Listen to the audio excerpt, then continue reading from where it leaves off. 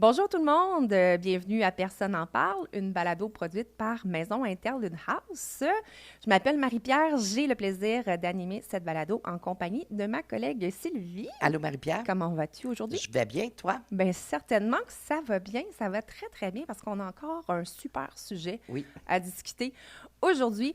Mais avant d'en parler, Sylvie elle joue un rôle très particulier dans nos Oui. balados. Puis si jamais c'est la première que vous écoutez, faut le préciser, t'es notre fouineuse. Oui, je vais être fouineuse nationale. Donc, mon rôle, c'est vraiment de lancer des énoncés, des phrases qu'on entend dans les communautés, dans les familles, même nos proches, qui vont... parfois, c'est des mythes ou des préjugés. Donc, je vais lancer ça à notre invité, puis on va voir les réponses. Ben parfait, puis on a de quoi fouiner aujourd'hui Oui. parce qu'on parle des relations saines avec... Maïra Martin, la directrice générale d'Action ontarienne contre la violence faite aux femmes. Bonjour, Bonjour Maïra. Maïra! Hey, en même temps, hey, on est hot, on n'avait même pas planifié ça. Ça va bien Maïra? Bonjour, ça va bien.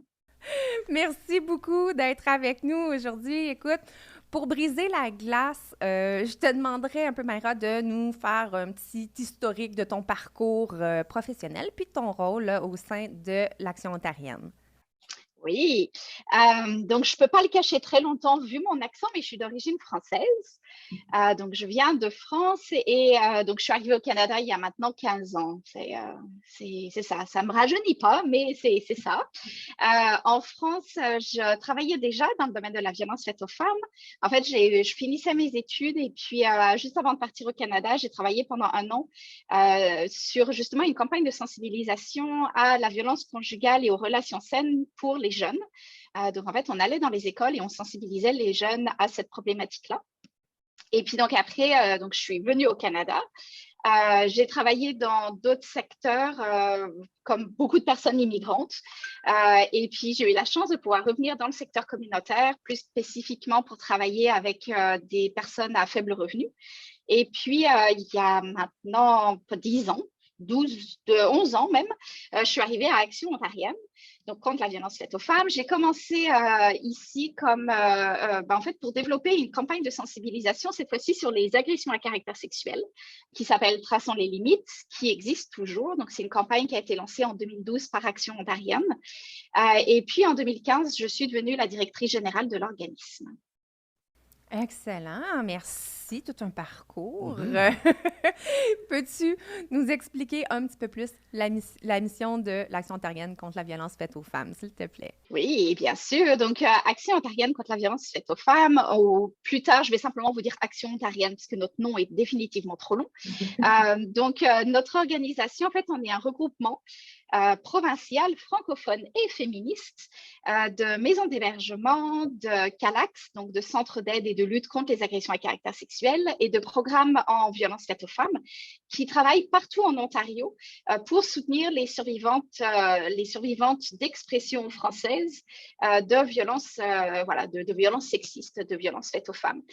Donc en fait, on a un rôle un peu particulier dans le sens où, comme on est un regroupement, on ne fait pas de service direct. Donc on ne travaille pas directement avec les femmes. Ça, ce sont nos organisations membres qui le font. Maison Interlude, par exemple, et un membre d'Action ontarienne.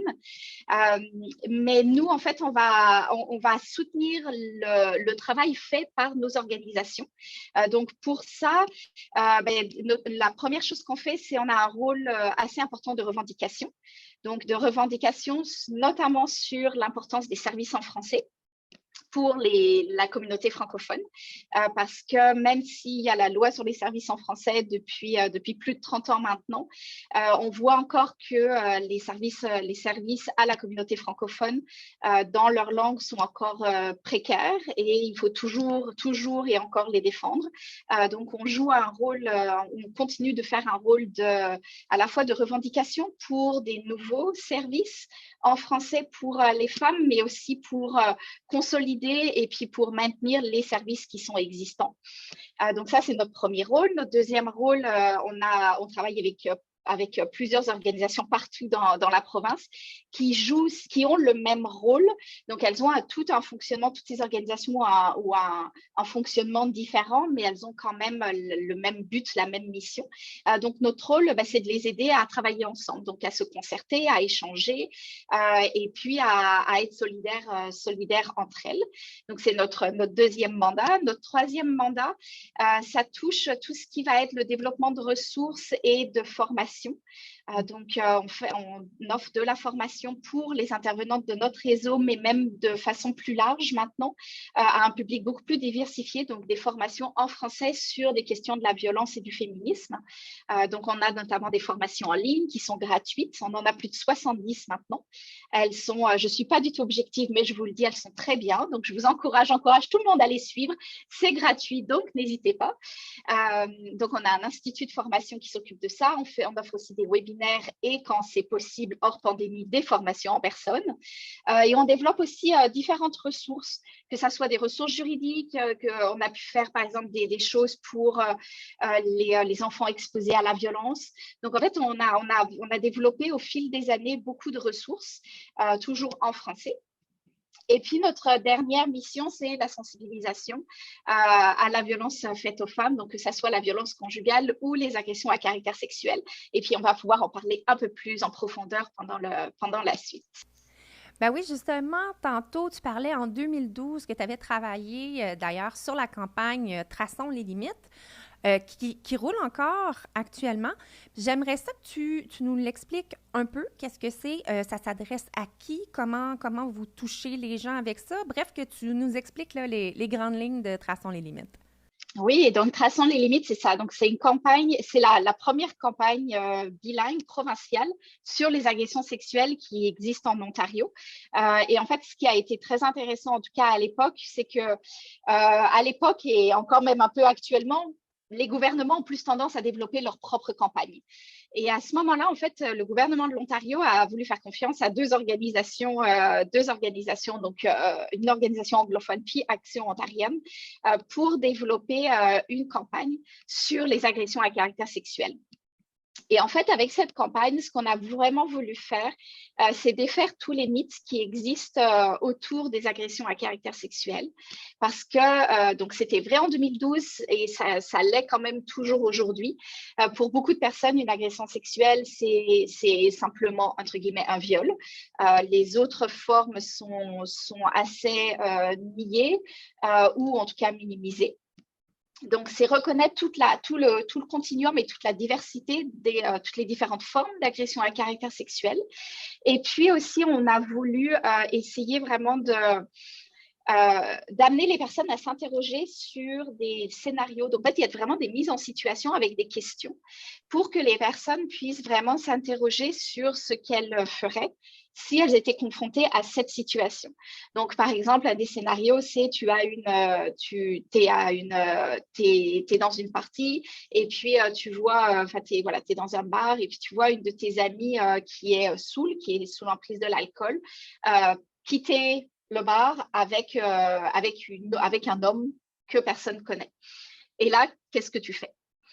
Donc, en fait, on amène vraiment les personnes à réfléchir. Donc, ce n'est pas forcément des situations très évidentes de violence à caractère sexuel, mais d'amener les personnes à réfléchir et à se dire, dans cette situation-là, ils pourraient avoir un risque, donc qu'est-ce que je pourrais faire?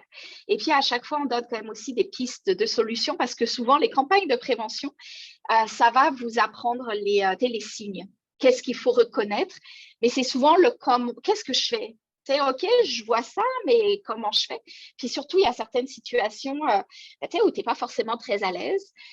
Donc, en fait, on a essayé de donner des pistes de solutions aussi pour dire aux personnes qu'on ne leur demande pas d'être Superman ou Superwoman, mais qu'il y a plein de façons aussi d'intervenir en toute sécurité dans une situation de risque de violence à caractère sexuel ou une situation avérée de violence.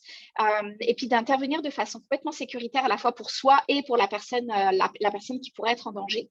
Par exemple, en interrompant le moment ou en allant chercher des excuses, en allant chercher du backup, en allant demander aussi à d'autres personnes de nous aider à intervenir. Donc voilà, donc c'est vraiment l'objectif de la campagne. La campagne s'adresse un peu à tout le monde. Maintenant, depuis quelques années, on a un focus un peu plus particulier sur les jeunes. Parce qu'on sait que plus l'éducation commence jeune, plus la prévention commence jeune, plus c'est efficace. Et c'est à ces moments-là aussi où c'est chez les jeunes que il y a les premières relations qui commencent à se faire.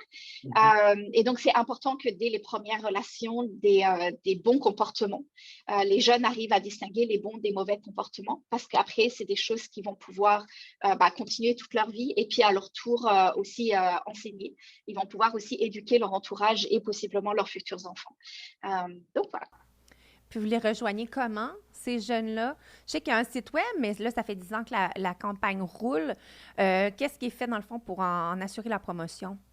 Oui, alors on a plusieurs moyens. Donc nous déjà, on est pas mal actifs sur les médias sociaux. Donc là, on essaie de rejoindre à la fois les jeunes et les parents. Et puis aussi, on travaille beaucoup donc avec nos organisations membres, et puis même au-delà d'autres organisations qui vont par exemple donner des ateliers dans les écoles. Donc depuis les 2 dernières années, je vous cache pas que ça a été assez compliqué pour les organisations de rejoindre les élèves, mais ça a été la réalité. En tout cas, si on prend les exemples des 8 et quelques années pré-pandémie, la campagne avait quand même beaucoup de succès et notamment les CALACS avaient allé beaucoup dans les écoles faire de la prévention et utilisaient le matériel de la campagne. Il y a aussi des écoles qui vont utiliser le matériel. On a par exemple des affiches, donc ils vont utiliser des affiches. Il y a des professeurs qui vont les utiliser.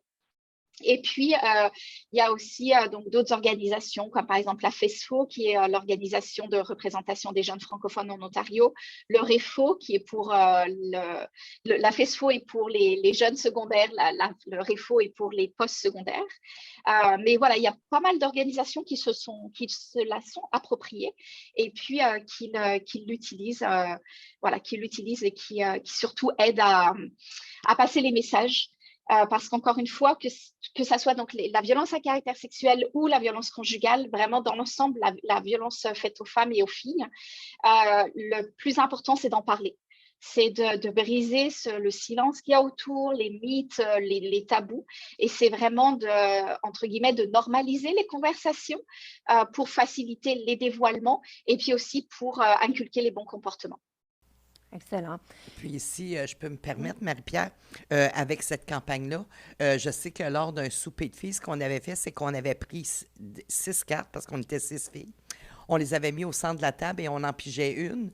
Puis celle qu'on pigeait, on devait répondre, comme trouver une solution, qu'est-ce qu'on en pensait, qu'est-ce qu'on pourrait faire dans cette situation-là. Et ça commence des vraiment belles discussions aussi en tant que fille, de se rejoindre, dire, il y en a qui disaient, moi, je me suis déjà retrouvée dans cette situation-là, puis je savais vraiment pas quoi faire.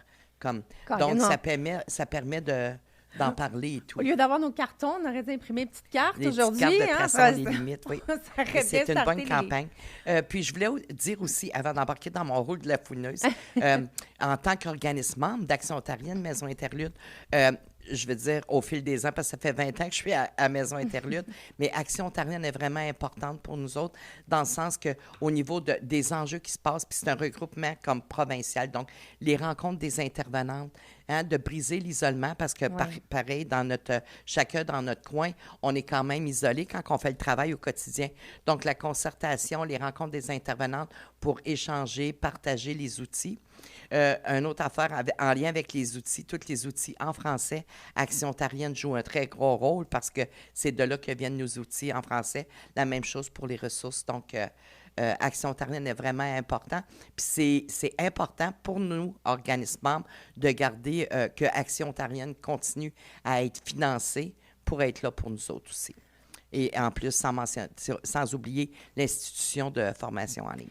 Bien, puis tu dis formation, je les ai suivis, moi aussi, même si je ne suis pas intervenante, tout ce qui touchait violence conjugale, féminisme, tout ça, puis c'est super bien fait, honnêtement. Là, j'invite les gens, même si ce n'est pas votre champ d'expertise, si ça n'a rien à voir avec votre travail, c'est super intéressant, ça se fait bien, puis on apprend vraiment beaucoup. Donc, merci à l'Action ontarienne pour ça. Puis, je retourne vers toi, Maïra, parce que la campagne Traçons les limites travaille surtout sur 3 piliers, si je ne me trompe pas. J'ai vu sexualité, consentement, agression sexuelle. Est-ce que tu peux nous en dire un peu plus là, sur chacun de vos piliers? Oui, donc on a commencé, on a commencé à parler, à essayer justement, comme je disais, à parler de tout le continuum de la violence à caractère sexuel. Donc, on a notamment avec des scénarios ou d'autres ressources. On va parler un peu des différents cas. Donc, ça va aller, entre guillemets, d'un baiser forcé, ça va aller d'insultes, ou de harcèlement de rue. On a aussi des situations avec un coach et puis des jeunes filles. On a des situations de viol conjugal. Donc, on a vraiment un peu tout le continuum de l'agression à caractère sexuel. Pour montrer justement les différentes formes et pour surtout aussi toujours le message qu'on essaye de passer, c'est que aucune forme de violence à caractère sexuel n'est acceptable et n'est tolérable. Et souvent, il y a certaines formes qui vont être minimisées. Là, on peut penser par exemple au harcèlement de rue. Le harcèlement de rue, c'était par exemple quand tu marches et puis tu te fais siffler dans la rue ou tu te prends un commentaire et ma belle, on va prendre un verre ou des choses comme ça. Souvent, ça va être minimisé, surtout quand ça va arriver à des jeunes filles. Souvent, on va leur dire c'est l'été, il fait beau, tu étais habillée de façon courte, c'est un compliment. Il y a beaucoup ça qui va ressortir. Mais il faut s'entendre que n'importe quel comportement qui vient mettre la personne donc dans une situation où elle se sent pas forcément en sécurité, c'est une situation qu'elle n'a pas demandé, et ça vient si tu veux contre sa personne. Ça la rend mal à l'aise. C'est ça va la mettre mal à l'aise. Toutes ces situations sont inacceptables. En fait, même un petit, comme les personnes vont dire, un petit commentaire dans la rue, la personne, la victime, la jeune fille ou la femme qui va en être victime, elle, ça va lui faire changer possiblement ses comportements. Déjà, c'est possible que sur le moment, ça va la mettre super mal à l'aise. Ça va pendant quelques minutes, quelques heures, elle va se dire, oh, j'aurais dû dire ça. Ça va l'énerver, ça va la mettre en colère. Donc déjà, ça va lui faire naître des sentiments qu'elle ne voulait pas. Et puis aussi, possiblement, ça va peut-être lui faire changer son comportement plus tard. Est-ce qu'elle va vouloir retourner dans cette rue? Est-ce qu'elle va vouloir remettre les vêtements qu'elle portait, etc. Donc, tout ça, ça va faire remettre en cause soit son comportement à elle, ou alors ça va lui la mettre dans un inconfort, une situation d'insécurité. Et tout ça n'est absolument pas normal parce qu'elle avait le droit d'être dans la rue. Tu as le droit d'être dans la rue, de marcher, sans avoir de commentaires qui sont complètement inappropriés. Donc, c'est important de rappeler que toute forme de violence à caractère sexuel est grave et que, voilà, c'est pas, entre guillemets, encore une fois, simplement le viol qui est la seule vraie forme de violence à caractère sexuel, mais que ce s'en est toutes et que accepter une situation de harcèlement sexuel au travail, dans la rue, accepter une main baladeuse dans un autobus ou des choses comme ça, c'est accepter à terme aussi des comportements comme un viol. Donc, il faut simplement dire non, que c'est complètement inacceptable, que le corps des femmes n'est pas la propriété publique et qu'elles ont droit à leur intégrité physique. Donc, la campagne, on démarre beaucoup avec ça, justement, à parler des différentes formes et de qu'est-ce qu'on peut faire, surtout quand tu es une personne un témoin, quand tu es une personne de l'entourage, qu'est-ce que tu peux faire dans ces situations. Ensuite, tu parlais du deuxième pilier. Le deuxième pilier, c'est le consentement. Le consentement, c'est c'est l'élément clé entre différencier qu'est-ce que c'est qu'une agression sexuelle, une agression à caractère sexuel, et qu'est-ce que c'est qu'une relation consentie. quand tu regardes la définition d'une agression à caractère sexuel, c'est tout acte, donc quel qu'il soit, tout comportement de nature sexuelle qui n'a pas été consenti par la personne. Donc, pour faire une agression sexuelle, il faut évidemment un acte de nature sexuelle, mais le consentement, c'est toute la clé. Et encore une fois aussi, sur le consentement, on voit beaucoup passer de mythes. Il y a beaucoup de personnes qui disent que de temps en temps, le consentement, c'est un peu une zone grise. Le consentement, ce n'est pas une zone grise. C'est pas vrai de dire qu'il y a des moments où le consentement, c'est pas trop sûr si tu as dit oui ou si tu as dit non. Encore une fois, on va reprendre l'exemple de la jeune fille qui marche dans la rue. Elle marche dans la rue, il y a quelqu'un qui lui fait un commentaire inapproprié, elle n'a rien demandé pour avoir ce commentaire. Ensuite, quand on va penser par exemple à une relation sexuelle ou à un contact sexuel, que ça soit donc une relation sexuelle avec pénétration ou des baisers, des caresses, là encore une fois, on essaie de faire croire que le consentement, c'est pas trop sûr, mais ça ne devrait pas être pas trop sûr. C'est toujours à la personne qui initie le contact sexuel, quel qu'il soit, qui doit vérifier si l'autre personne est consentante. Donc, elle doit poser la question, elle va lui dire, est-ce que tu es correct, est-ce que tu aimes ça? Et puis, il y a des façons romantiques. À chaque fois que je parlais aux jeunes, c'est un peu, ouais, mais tu vas nous demander de faire signer un contrat de 6 pages avec toutes les petites clauses. Non, c'est pas forcément demander le consentement de l'autre, c'est pas forcément casser le mood, etc. C'est quelque chose qui vient se faire super naturellement. Et le consentement, encore une fois, ça vient juste être demandé, c'est est-ce que ça te dit, est-ce que t'aimes, est-ce que tu veux tenter, etc. Et puis ça se va dans tout le mood. Et puis la personne répond. Soit elle va répondre par des mots, en disant oui, j'en ai vraiment envie, ou vas-y, etc. Ou alors par des gestes, la personne va répondre au baiser, va répondre aux caresses. Ou alors la personne ne va pas répondre. Donc déjà, quand il n'y a pas de réponse, quand la personne est passive, déjà là tout de suite, tu dis ah. Et c'est à la personne qui veut le contact qui doit aller un peu se dire, s'il n'y a pas un oui enthousiaste, c'est déjà, tu te dis bon, ok. Et puis, c'est là où tu vas commencer à parler de est-ce que tu es correct? Et puis, donc, il peut avoir un peu cette zone-là. Donc, après, il y a la communication. Tu essayes de voir, OK, pourquoi la personne n'a pas répondu? Puis, la troisième option, c'est que la personne dit un non. Donc, soit elle va dire non, très clairement, ou alors elle va trouver une excuse, dire je suis un peu fatiguée, pas ce soir, j'ai pas trop envie, des choses comme ça. Ou alors, elle va le faire aussi par des gestes. Et tu vas avoir un mouvement un peu de recul, tu cherches à te déplacer, tu joues avec tes mains. Il y a certaines personnes qui peuvent se mettre à pleurer. Enfin, voilà, tout comportement qui te fait dire, en tout cas, que ce n'est pas un oui enthousiaste. Et donc, tout ça, à partir du moment où il n'y a pas ce oui enthousiaste-là, il doit avoir de la personne qui initie le contact. Il doit avoir un moment d'arrêt, un moment d'interrogation et un moment de communication pour valider les sentiments de l'autre et pour essayer de comprendre si l'autre comment interpréter ce que veut l'autre. Et puis, surtout aussi, quand on parle de relations sexuelles, c'est éviter de pousser. Et éviter il y a beaucoup le mythe de on sait que les filles, elles disent non, mais qu'en fait, elles en ont envie. Et puis qu'il suffit un petit peu de pousser, et puis elles vont finir par dire oui. C'est là aussi on tombe dans une situation problématique. À partir du moment où la personne, tu sentais, soit elle n'a pas répondu, soit elle a exprimé un non de différentes façons, si l'autre commence tu veux jamais, ou alors vraiment, oh là là, tu sais, moi j'ai super envie de toi, allez, s'il te plaît, si tu m'aimais, tu le ferais, etc.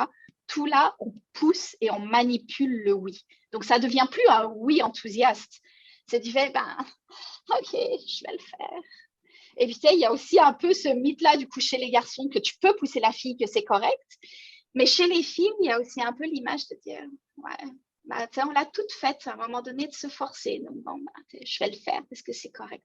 Ces deux comportements-là, en soi, ne sont pas normaux et ne devraient pas être acceptables. Si une fille n'a pas envie d'avoir des contacts sexuels, elle a le droit et c'est son droit de pas le vouloir. Et c'est pas qu'elle est frigide, c'est qu'elle est pas fun, etc. C'est juste qu'à ce moment-là, elle en a pas envie. Donc, le consentement, c'est vraiment la clé. C'est aussi super important, le consentement. Il faut savoir aussi à quoi on consent. Très souvent, on va entendre dire ouais, mais pourquoi tu es monté chez lui? Ouais, mais en même temps, tu as accepté d'aller au restaurant, mais en même temps, tu as accepté de faire la blind date. Tu sais, mais pourquoi? Tu sais, c'est en même temps, tu t'es un peu mise en danger, tu aurais pu te douter qu'il voulait aller plus loin. Puis là, je pense que la vidéo date d'il y a plusieurs années, mais je pense que beaucoup de gens l'ont vue, c'est la tasse de thé. Tu dis oui à boire un verre, tu dis oui à aller à une date. Tu dis pas oui à je veux avoir des relations sexuelles. C'est à quoi tu dis oui. Tu vas chez la coiffeuse, tu acceptes oui de te faire couper les cheveux. Tu n'as pas dit oui, je veux sortir avec des pics et les cheveux orange ou arc-en-ciel. Donc, c'est la même chose pour les relations sexuelles. À chaque fois, on essaie de nous faire croire que les relations sexuelles, c'est toujours un petit peu plus compliqué. On revient à la base. On revient à la base. Tu vas au restaurant, tu vas chez la coiffeuse, tu vas n'importe où. Tu acceptes quelque chose. Il y a un échange, un consentement entre les deux. Si tu veux autre chose, si tu veux aller plus loin, si ta coiffeuse, elle a très envie, elle te dit « Oh, les cheveux arc-en-ciel, ça t'irait trop bien », elle te demande si tu veux. Et puis si tu dis non, elle ne le fait pas. Relation sexuelle, c'est exactement la même chose. Donc, le consentement, j'aimerais juste que les gens arrêtent de dire que « Oh oui, mais c'était pas très clair. Oh, vraiment, tu étais sûre. » Non. Et puis qu'on arrête aussi, ce que j'aimerais qu'on arrête de faire, c'est qu'on arrête de demander aux femmes de dire « Mais tu avais dit non. Puis comment? Puis comment tu as exprimé le non? Est-ce que c'était clair? Est-ce que ça n'a pas été ambigu, etc. » Et qu'on retourne la question souvent donc aux hommes ou aux garçons, de dire « Mais comment tu as validé qu'elle le voulait vraiment? Comment tu as su qu'elle a dit oui? Qu'est-ce qui t'a fait dire? Qu'est-ce qui t'a fait aller plus loin? » Parce qu'à un moment donné, définitivement, il y a les deux qui n'étaient pas d'accord. S'il y en a une qui considère qu'elle a été agressée et l'autre qui considère que c'était une relation consentie, c'est qu'à un moment donné, il y a eu un désaccord. Sauf que, puis ça, c'est très clair, même au niveau de la loi, c'est que c'est toujours la personne qui initie qui doit valider le consentement de l'autre. Ce n'est pas à l'autre de valider son non-consentement, d'aller prouver son non-consentement, c'est à l'autre d'aller prouver le consentement de l'autre. Donc, le consentement, c'est super important, évidemment. Et puis, donc, après, on tombe dans sexualité. La sexualité, c'est quelque chose qu'on essaye d'aborder. Nous, on travaille plus généralement dans le côté violence, mais on s'est aperçu, notamment auprès des jeunes, on ne veut pas non plus être soit moraliste ou alors d'être hyper anxiogène, parce que la sexualité, ça doit être quelque chose de fun. Ça doit être quelque chose qui est partagé, de fun. On s'entend que la majorité des personnes ont des relations sexuelles. Et que voilà, quand c'est consenti, quel que soit ton type de relation sexuelle, quel que soit tes goûts, tes envies, tant que c'est consenti, c'est correct et il n'y a aucune aucune barrière. Tes propres barrières, c'est les tiennes. C'est vraiment ce avec quoi tu es à l'aise de faire. Donc, c'est aussi comment parler de sexualité positive, justement, et notamment auprès des jeunes filles et des femmes, parce que pendant des années et des années, on a entendu que les femmes avaient moins d'envie que les hommes, que le plaisir des femmes était moins important, qu'il y avait juste la pénétration qui était importante, etc. Enfin, il y a eu plein de messages qui étaient plus axés sur la sexualité des hommes et sur l'importance du plaisir masculin et pas sur le plaisir féminin. Donc, la sexualité aussi, c'est comment les jeunes filles et les femmes peuvent s'approprier leur propre sexualité. En t'appropriant ta propre sexualité, tu t'appropries tes goûts, qu'est-ce que tu aimes, qu'est-ce que tu n'aimes pas, tu t'appropries tes limites, qu'est-ce que tu es prête à faire, qu'est-ce que tu n'es pas prête à faire. Et puis tes limites, elles peuvent fluctuer.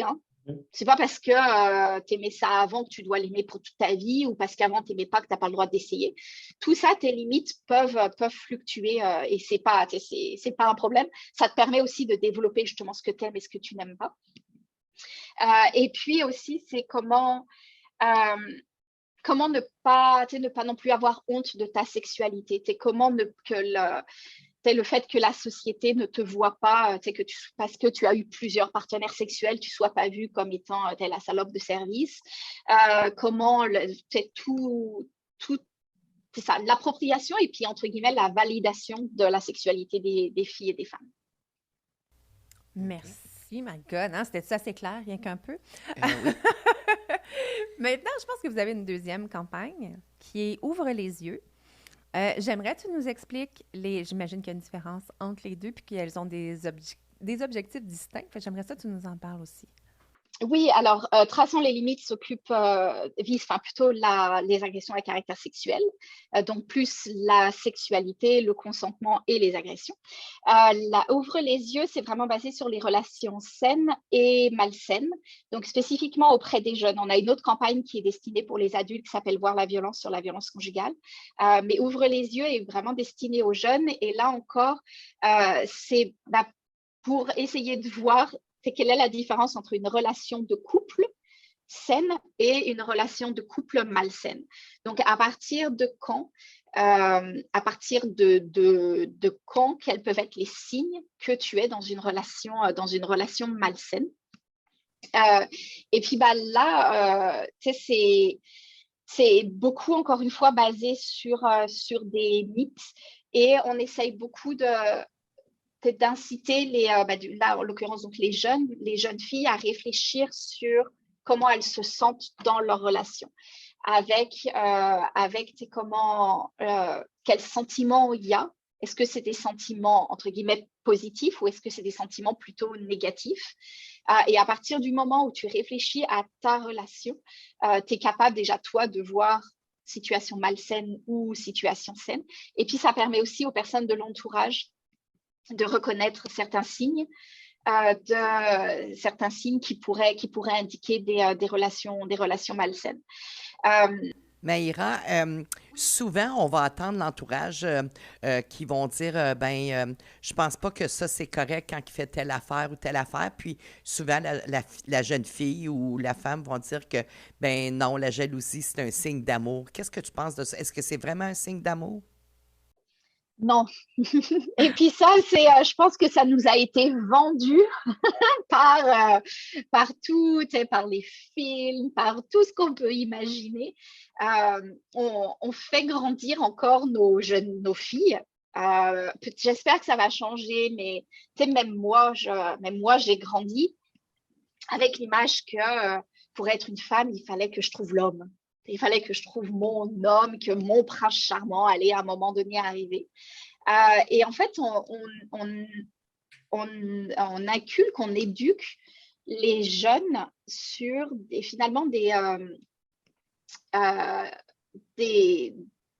choses qui sont fausses. Je n'arrive pas à trouver mon mot, mais sur des circonstances qui sont fausses. Et puis, on essaye de nous faire croire que une relation amoureuse, c'est un peu comme dans les films, et puis cette notion de possession, de jalousie, de fusion.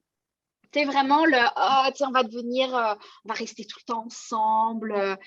Tout ça, on a voulu nous le vendre, mais c'est hyper important, je pense, de rappeler, et encore une fois, aux jeunes, quand commencent les premières relations, qu'être en couple avec quelqu'un, qu'être en relation avec quelqu'un, tu ne perds pas ton identité, tu ne perds pas ta personnalité, et que on ne devient pas un. On reste deux personnes qui choisissent de faire un bout de chemin ensemble, mais on reste deux personnes distinctes. Toi, tu parlais, donc c'est vrai qu'on entend beaucoup la jalousie, c'est un signe d'amour. La jalousie, je te dirais l'inverse, c'est un signe déjà. La jalousie, c'est un sentiment de, je pense, un peu d'impuissance de la personne qui ressent la jalousie.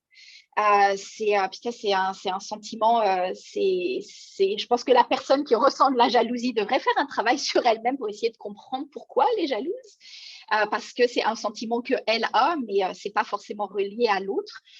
Donc déjà, tu devrais essayer de comprendre qu'est-ce qui te fait être jaloux ou jalouse.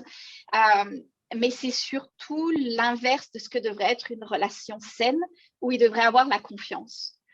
La jalousie, c'est l'inverse de la confiance. Et finalement, ce qu'on devrait inculquer aux jeunes filles ou jeunes garçons, c'est qu'une relation d'amour, une vraie relation amoureuse, une vraie relation saine, c'est là où il y a de la confiance. Là où il y a de la confiance, il n'y a pas de jalousie. Et donc, la confiance, ça se travaille, ça se mérite, ça peut être brisé.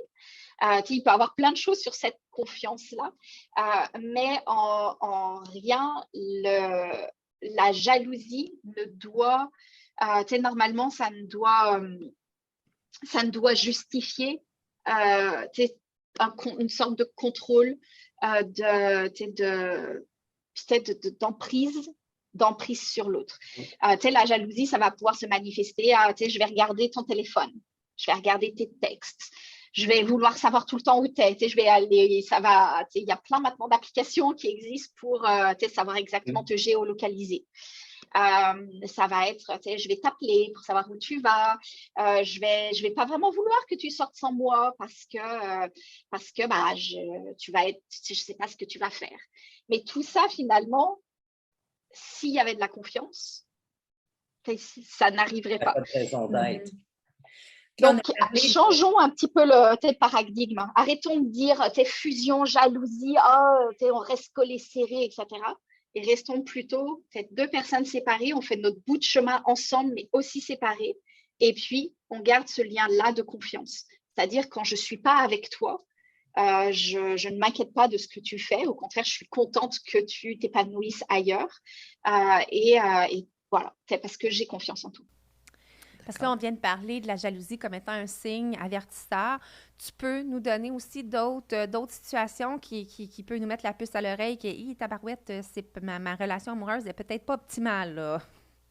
Oui, alors une relation malsaine, que ça se voit chez les jeunes ou chez les personnes plus âgées. Il faut savoir que on va appeler ça la violence conjugale, ça peut s'instaurer dans la première relation, mais comme ça peut s'instaurer dans une relation, après un divorce, après une séparation, quand on a 40, 50, 60 ans. Donc, ça peut arriver n'importe quand. Et la violence, la relation malsaine, la violence va toujours commencer par de la violence psychologique. Mais moi, Maïra, j'ai entendu dire que la violence psychologique, là, c'est pas de la vraie violence. C'est ce qu'on m'a dit. Alors, je pense que plusieurs personnes qui ont travaillé auprès de femmes qui ont vécu de la violence conjugale te diront, ça sort très souvent dans les témoignages qui sont donnés, c'est que la violence physique, entre guillemets, tu t'en remets. Parce que tu es un bleu, ça se soigne, tu es un bras cassé, ça se soigne, etc. C'est beaucoup plus difficile et la violence psychologique qui atteint ta personne, qui atteint ton estime, qui atteint je vais utiliser un mot peut-être un peu ésotérique, mais ton âme, qui vraiment qui tu es toi dans profondeur, ça met des années et des années et des années à se reconstruire. Donc, quand tu entends les témoignages des personnes, les personnes vont dire ce qui m'a le plus affecté, ce qui m'a le plus, même certaines ont parfois utilisé des mots extrêmement forts, ce qui a pu me détruire, ce qui a pu me mettre à terre, c'est la violence psychologique. Ce sont les mots et les comportements contrôlants qui ont été les plus difficiles à moi pour me remettre. Alors, la violence psychologique, ça va démarrer parce que, encore une fois, les femmes et les filles qui en sont victimes, elles ne sont pas complètement idiotes. Si dès les 2-3 premiers jours de la relation, ou même le premier mois, la première semaine, il y avait un coup qui sortait, tu partirais. Peut-être tu te dirais, peut-être pas tellement normal, et tu partirais, on s'entend. Donc, la violence physique, elle n'arrive pas toujours. Et si elle arrive, elle peut arriver très longtemps ou plusieurs mois après le début de la relation, parce qu'il y a déjà eu la violence psychologique qui a façonné, qui a permis, qui a favorisé l'arrivée de la violence physique. Et donc, c'est la violence psychologique qui permet ça. La violence psychologique, elle a plusieurs formes. La première forme, ça va vraiment viser à briser l'estime de la personne. Donc, ça va être à remettre en cause certains comportements. Et puis, ça va être fait de façon super anodine, ce qui semble être de façon super anodine, avec des remarques qui, pris une à une, ne sont pas forcément graves, mais c'est quand tu mets tous ces comportements-là les uns avec les autres où tu t'aperçois que c'est très malsain. Donc, tu sais, ça va être par exemple des réflexions faites sur les tenues vestimentaires, sur les capacités de la personne, sur ses, je sais pas, ses capacités dans son travail, sa capacité à faire du sport, enfin tout ce qu'on peut imaginer. Ça va être des moqueries. Ça va être très souvent ce qui va être très difficile à voir, à la fois pour les personnes de l'entourage, puis même pour la victime, c'est quand ça va être fait sous forme de blague. Mhm. Ou tu sais, elle, on peut pas lui faire confiance, tu sais comment elle est, elle oublie tout. Tu sais, c'est, voilà, mais tu sais, c'est des sortes de remarques où tu le prends la première fois, tu fais, ça fait quand même un peu mal. Et puis, tu sais, la deuxième fois, puis troisième fois, puis quatrième fois, quand ça vient de la personne qui est censée t'aimer, et tu dis, bah, au final, elle a peut-être raison. Et puis, tu sais, bah, tu vas commencer à modifier un peu ton comportement ou à essayer de faire mieux ou pour essayer d'atteindre un peu les attentes. Ou alors, tu vas, tu sais, ou alors, bah, ça va aussi voilà, t'es un peu miné, tu vas devenir un peu, avoir moins confiance. Donc, tout ça, ça va vraiment avoir pour objectif bah, de littéralement te rabaisser. C'est vraiment, j'aime bien parfois les images, mais c'est littéralement, je te prends et je vais vraiment te mettre à genoux et t'écraser. Là, une autre forme, donc tout ça, ça va être des mots, des paroles. Une autre forme, ça va être le contrôle. Donc, on a parlé de cette fameuse jalousie, puis on a parlé de tous les moyens de contrôler. Donc, et puis ça va être passé sous forme d'amour. C'est je veux qu'on s'appelle, je veux pas trop que tu sortes, je veux savoir exactement où t'es. Tout ça, du coup, ça va être passé sous le mythe de c'est parce que je t'aime. Je veux savoir, je veux qu'on soit ensemble, mais en réalité, ça va être des sentiments vraiment contrôlants. Et puis, beaucoup de justifications. Tu m'as dit que, pourquoi tu m'as pas répondu à 10 heures du matin quand je t'ai appelé? Puis, ça va venir aussi à devoir se justifier, à devoir dire peut-être pourquoi tu es arrivé plus tard, ou c'était qui là, cette personne à qui tu parlais là pendant la soirée? C'était qui le gars là à qui tu parlais pendant la soirée? Du coup, tu vas devoir commencer à complètement te justifier. On va voir aussi, avec le contrôle, arrive l'isolement. Très souvent, puis tout ça, c'est encore un peu caché dans on est ensemble, on est une fusion. On va vouloir commencer l'autre va vouloir commencer à t'isoler de tes amis, de ta famille. Et puis, ça, encore une fois, ça ne va pas être fait forcément de façon super claire en disant je ne veux plus jamais que tu les vois. Puis surtout, si ça arrive dès le deuxième jour de la relation, toi, tu vas lui faire, mais tu prends pour qui? Mais ça va être encore fait de façon un peu insidieuse. Mais ça va être un peu les critiques, par exemple, sur les parents ou sur les frères et sœurs en disant, peut-être je trouve qu'ils ne te voient pas à ta juste valeur ou tu les mérites pas, enfin tu vois, et du coup ça va être pourquoi ils font ça, ou alors ils sont vraiment vieux jeux, ils ne comprennent pas, oh là là, enfin tu sais, toutes sortes de commentaires qui vont venir, que ce soit sur la famille ou sur les amis, qui vont te faire en fait petit à petit arrêter de les voir. Lui il va commencer à traîner un peu les pieds, quand tu vas vouloir aller voir ta famille ou tes amis, ça va être un peu tu veux pas plutôt rester avec moi, ou j'ai pas envie d'y aller, ou à essayer de raccourcir un peu. Tout ça c'est vraiment dans le but, encore une fois, de contrôler et puis de limiter les interactions avec les autres, parce que si tu limites les interactions, les autres ne peuvent pas t'aider. Donc, c'est un peu tout ça. On pourrait en parler des heures et des heures et des heures de la violence psychologique. Mais en gros, la violence psychologique, il faut vraiment le voir comme étant un peu une toile d'araignée, comme étant un peu un piège. Petit à petit, tu vas te retrouver. Puis encore une fois, ça ne vient pas en 2 jours. Hein. Ça vient en plusieurs semaines, parfois plusieurs années. Tu vois vraiment une sorte de piège.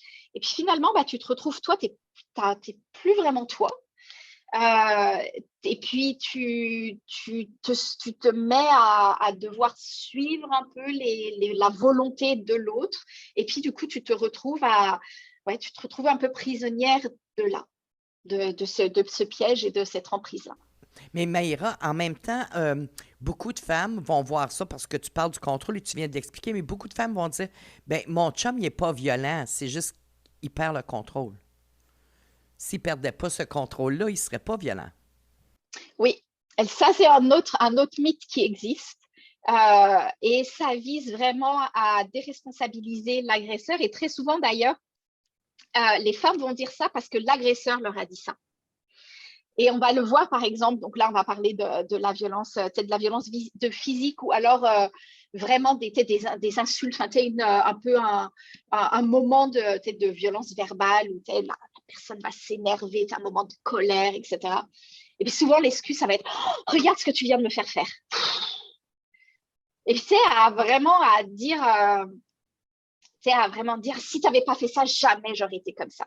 C'est justement à dire que finalement, c'est le comportement de la femme qui a été la cause du comportement violent et que s'il n'y avait pas eu ça, si la femme avait été parfaite, si la fille avait été parfaite, l'homme aurait été parfait et il n'y aurait pas eu de perte de contrôle. Mais en même temps, il y a beaucoup d'hommes qui disent que les femmes aussi, c'est eux autres qui provoquent les comportements violents par leur façon d'agir, de s'habiller. Donc, si les femmes ne provoquaient pas le comportement violent, les hommes ne seraient pas violents. Alors, celle-là, je l'aime beaucoup. Qu'est-ce qui mérite un comportement violent? Est-ce que c'est une tenue vestimentaire? Est-ce qu'une tenue vestimentaire jugée trop courte ou trop sexy justifierait une agression sexuelle?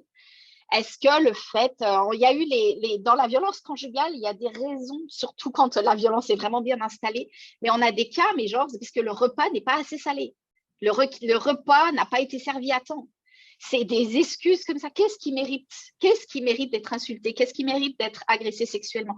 Qu'est-ce qui mérite d'être frappé? Qu'est-ce qui mérite d'être enfermé dans une pièce? Qu'est-ce qui mérite de...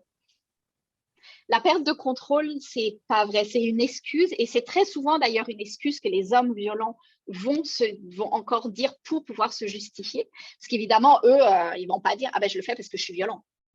Parce que je le fais parce que c'est dans ma nature, parce que je suis violent. C'est moi, j'ai pas besoin de changer. C'est toi qui as besoin de changer. La perte de contrôle, après, il faut beaucoup aussi réfléchir à se dire que la majorité des hommes ne sont pas violents. La majorité des hommes n'iront pas agresser une femme sexuellement. La majorité des hommes n'iront pas insulter leur conjointe. Donc, c'est ça ta normalité. Mais n'est-ce pas dans la nature des hommes d'être agressifs et violents? Oui, puis c'est dans la nature des femmes, d'être douces, maternelles et d'aimer tout le monde. Et soumise. Et soumise. Encore une fois, c'est un mythe. Et puis ça, c'est vraiment ce que nous, du coup, on appelle dans notre jargon la masculinité toxique. C'est les garçons ne pleurent pas, les garçons ne montrent pas leurs sentiments, puis le garçon doit être fort, c'est la force physique, c'est la force brute, tout ça, c'est des choses qui sont complètement inculquées. Certes, ils ont de la testostérone, donc ils vont développer probablement plus de muscles qu'une femme. Mais est-ce qu'avoir plus de muscles justifie de devoir parler plus fort, de devoir être beaucoup plus agressif? C'est la société qui nous inculque ça. C'est la société qui nous inculque que la fille, la femme doit être douce, doit être gentille, ne doit pas élever la voix. Puis d'ailleurs, dès qu'une fille ou une femme commence à avoir des comportements à dire que ça, c'est pas normal, ou notamment dans le milieu du travail, à vouloir monter les échelons, tout de suite, on va lui attribuer des qualificatifs masculins. Puis souvent, on va la comparer à un homme en disant « Oh là là, pour une femme, elle... » Oui, c'est vrai. Oui. On entend ça souvent. Et puis pareil, inversement pour un homme. Il y a encore eu des commentaires où tu vois encore sur les médias sociaux là, des hommes qui portent leurs enfants en porte-bébé, les porte-bébés sur le ventre. Là, oh là là, un homme ne peut pas faire ça. Soi-disant, un homme ne peut pas changer une couche. Il y a plein comme ça de mythes sur la place et les comportements ou les adjectifs d'un homme ou d'une femme. Qu'est-ce qui devrait faire une femme et qu'est-ce qui devrait faire un homme? Mais c'est tout ça qu'il faut remettre en cause parce que autant la situation, si tu veux, la violence faite aux femmes ou qui est donc due à des inégalités entre les hommes et les femmes et entre les filles et les garçons, c'est néfaste pour tout le monde. Les filles et les femmes ne s'épanouissent pas dans ce système-là, mais les garçons et les hommes ne s'épanouissent pas non plus. Parce qu'on leur impose un modèle justement d'être fort, d'être toujours sous contrôle, de devoir être le bon père de famille, de devoir subvenir aux besoins. Il y a combien d'hommes qui auraient honte d'être et qui ne voudraient pas être avec une femme qui gagne plus d'argent qu'eux. Encore aujourd'hui, là, avec ce sentiment-là, que voilà, tu dois être la pierre de la famille, tu dois être...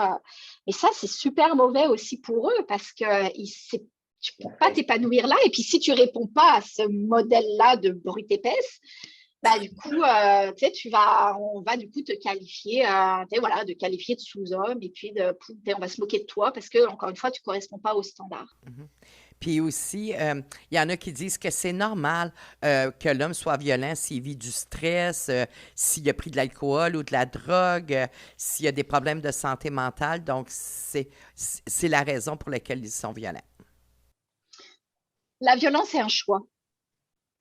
La violence, c'est vraiment un choix. C'est ta réaction face à un comportement,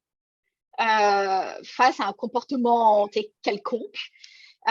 Et c'est vraiment ta réaction par rapport à ça. Donc, au contraire, la violence, c'est pas une perte de contrôle ou c'est pas dû à une circonstance extérieure. C'est comment toi, tu réagis par rapport à ça et quel choix tu fais à ce moment-là.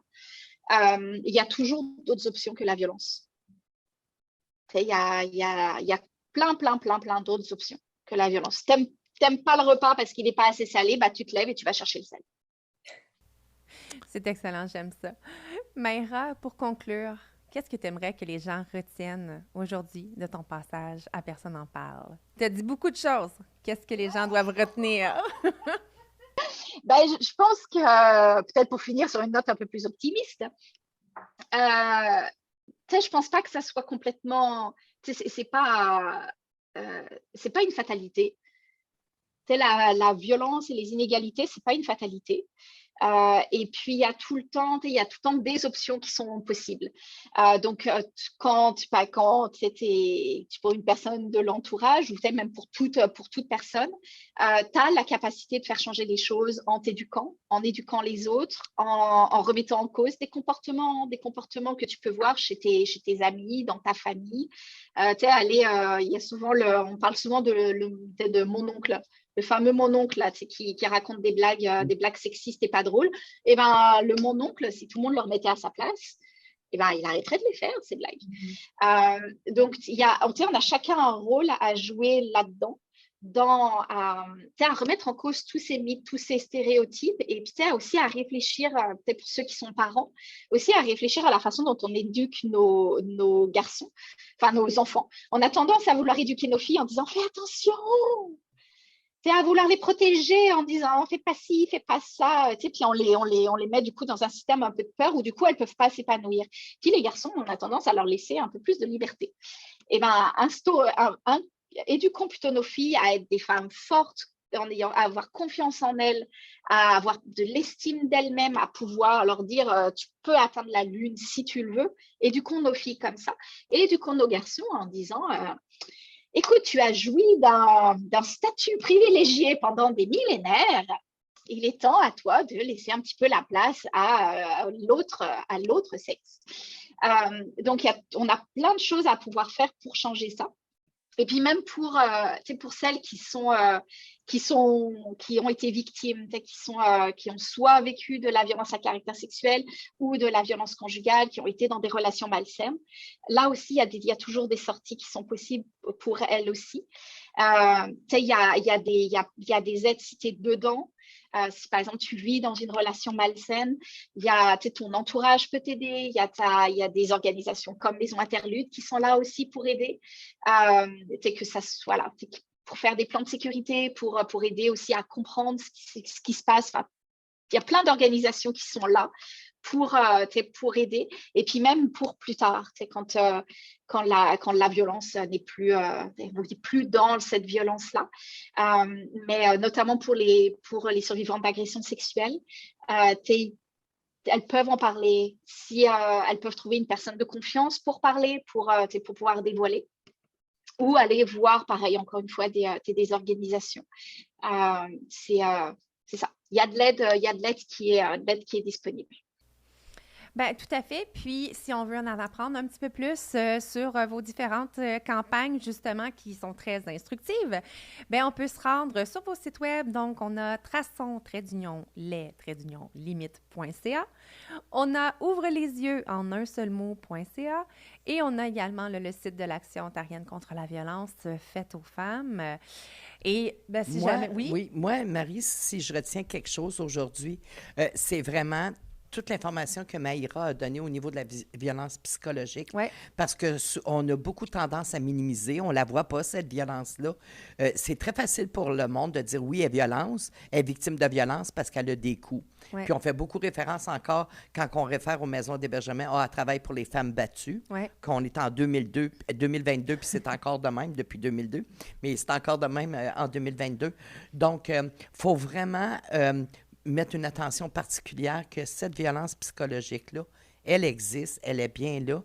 Puis, je pense que pour en savoir davantage, si le monde se questionne sur leur relation, il y a beaucoup d'informations, les sites web, comme tu viens de nommer, mais aussi sur le site web de Maison Interlude. Oui. Sous l'onglet « On est là pour vous », je me questionne sur ma relation, vous allez avoir Exact. accès à beaucoup d'informations. Oui, tout à fait. Sur notre site web aussi, vous allez trouver beaucoup d'infos. Comme Sylvie le disait, on a plusieurs sections. Ça vaut la peine de le parcourir. Si on a des doutes, si on croit aussi peut-être qu'une femme qu'on connaît vit une relation violente, donc n'hésitez pas à aller y faire un tour. Puis si vous avez besoin d'aide, bien, on est là pour vous sur notre site web. Donc, vous allez le trouver facilement. Google, Maison Interlude House. Vous allez voir, il y a plusieurs façons de nous rejoindre, n'est-ce pas? Oui, vous pouvez nous rejoindre. Vous pouvez nous appeler à notre ligne de crise. Vous pouvez nous contacter soit par texto ou clavardage. Rendez-vous sur notre site web et vous aurez accès à toutes ces informations. Oui, et on est toujours disponible 24 heures par 24/7. jour. Exactement, 24/7. Oui. Maïra, un grand merci d'avoir été avec nous aujourd'hui. Et puis, on se dit tous à bientôt pour une autre balado. Merci. Bye-bye.